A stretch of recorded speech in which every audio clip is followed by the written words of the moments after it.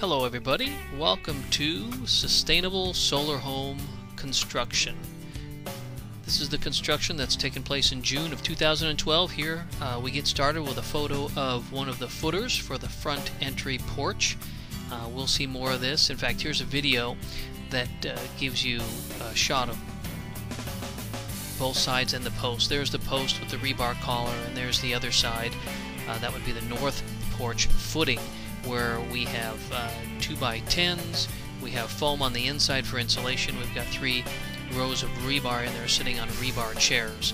And those have all been compacted. There's our post, which has a rebar collar. By code you need to have that.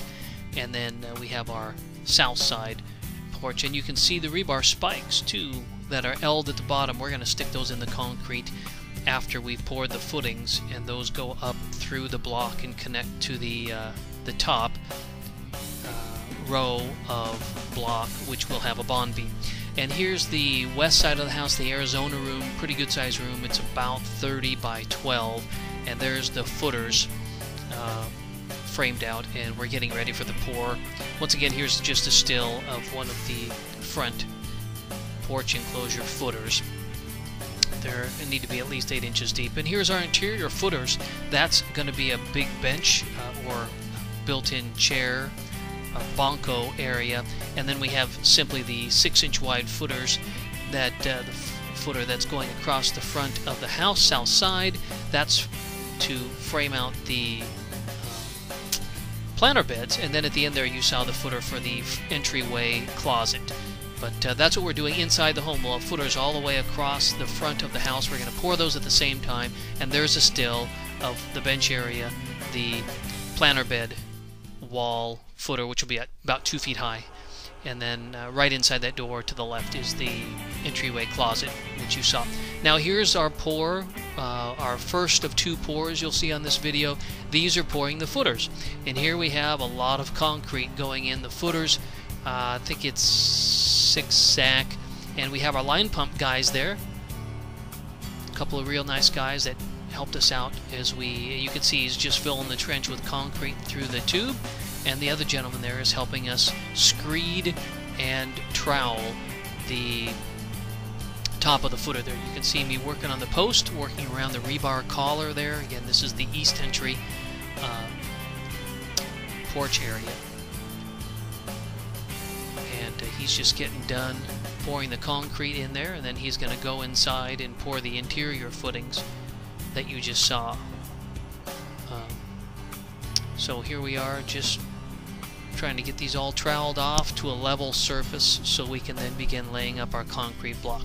And here's the end result of the pour on the west side for the Arizona room. You can see these are, because our concrete blocks are 8 by 8, those are 16-inch wide footers, lots of concrete there. And here's a shot of the base of one of the exterior fireplaces, the concrete block, and how we put it together.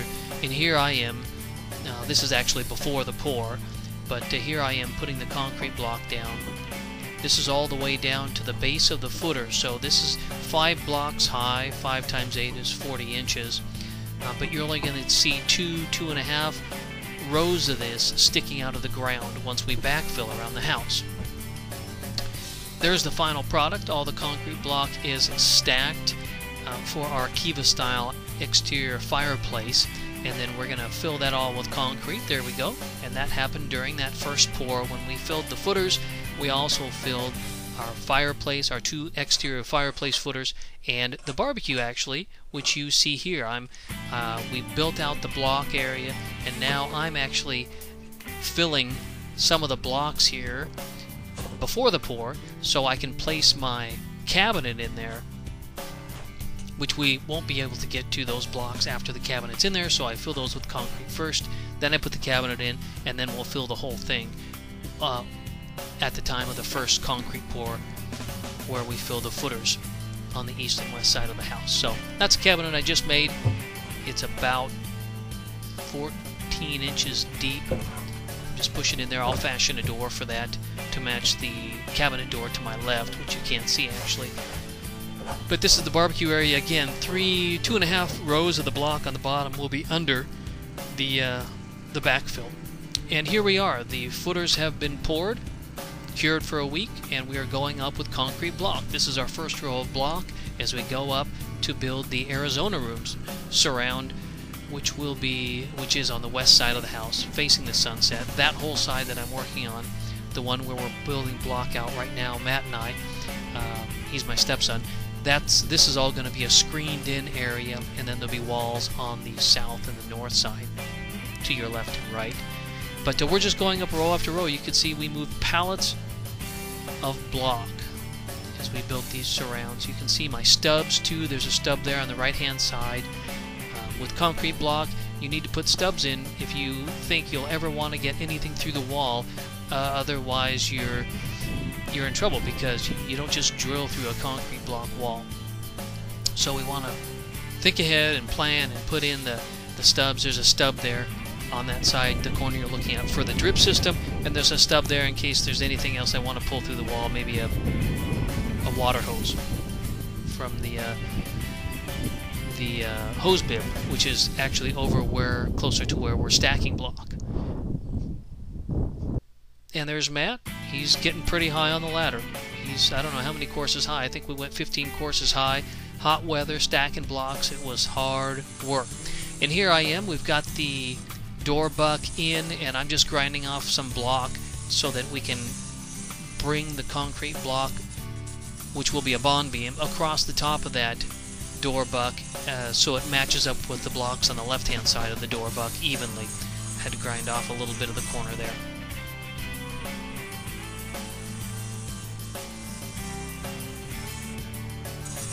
But you can see how we went up with about 8 rows of block, and then that whole area headed west is open.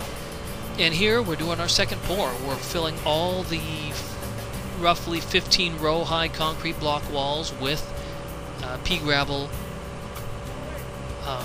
concrete mix through the line pump. Same two guys are doing the work. They're hard workers. They do a great job. This is the third pour they've come out on. So we're filling the block, and then of course we're screeding the top. And in this particular area, there'll be J-bolts just along the top of this one wall, because this is where I will have a sill plate that will connect into the roof. There will be no parapet on this wall, but on all the other concrete block walls, they'll be topped with parapets. And there's that same section there that you can see completed, filled with concrete. There's, on the right-hand side, there's some blocks recessed. We'll have a niche there. And then here's the Arizona room. You can see the whole open area to the west, and the open area to the south there will be a glass bottle wall, which will be beautiful. And now I'm going along. Matt's mixing the surface bonding cement for me, and I'm stuccoing the base, basically the stem wall of all these walls, stuccoing this with SBC so that moisture won't pass through those walls, getting the stucco on before we backfill, because obviously it's a lot easier to do now than when we have dirt 2 feet up the base of these walls to the level, to the height of the grade. So I'm just troweling on the surface bonding cement made by Quikrete, and then I go back and sponge it, and I'm always pre-wetting the wall with my squirter bottle, especially in this temperature. It was about 90 degrees out this week when we were surface bonding, and it's pretty grueling work in the heat, pushing a lot of concrete, holding it and pushing it with the trowel. So just trying to get through it at this point.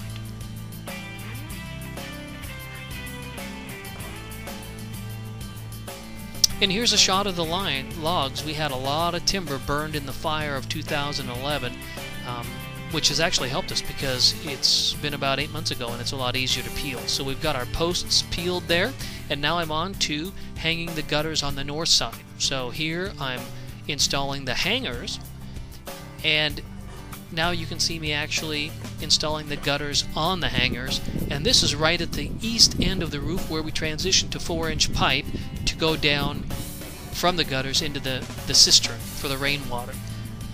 So I'm just cutting the gutters and then connecting it by bending the gutter ends together with silicone, with some good waterproof silicone to keep those gutters from leaking, and they don't leak at all on this side of the house.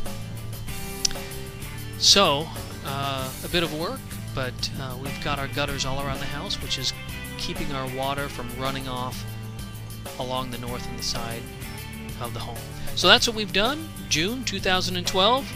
We'll have July posted, and we'll just keep going. See you soon.